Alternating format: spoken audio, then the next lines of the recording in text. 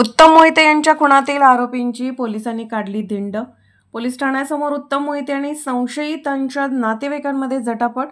सांगलीतील दलित महासंघाचे जिल्हा अध्यक्ष उत्तम मोहिते यांचा 8 जणांनी निर्घृणपणे खून केला होता। यावेळी हल्ला करण्यासाठी आलेल्या एका संशयितालाही चाकू लागल्याने त्याचा मृत्यू झाला होता। या प्रकरणी गणेश मोरे, सतीश लोखंडे, अजय घाडगे आणि योगेश शिंदे या संशयित आरोपींना अटक केली आहे।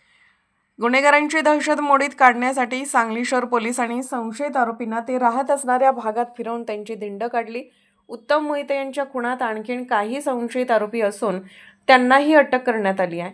दरम्यान संशयित आरोपींची धिंड काढून त्यांना पुन्हा पोलीस ठाण्यात आल्यानंतर उत्तम मोहिते याचे नातेवाईक व संशयित आरोपींच्या नातेवाईकांमध्ये पोलीस ठाण्याच्या बाहेर शाब्दिक चकमक व झटापट झाली।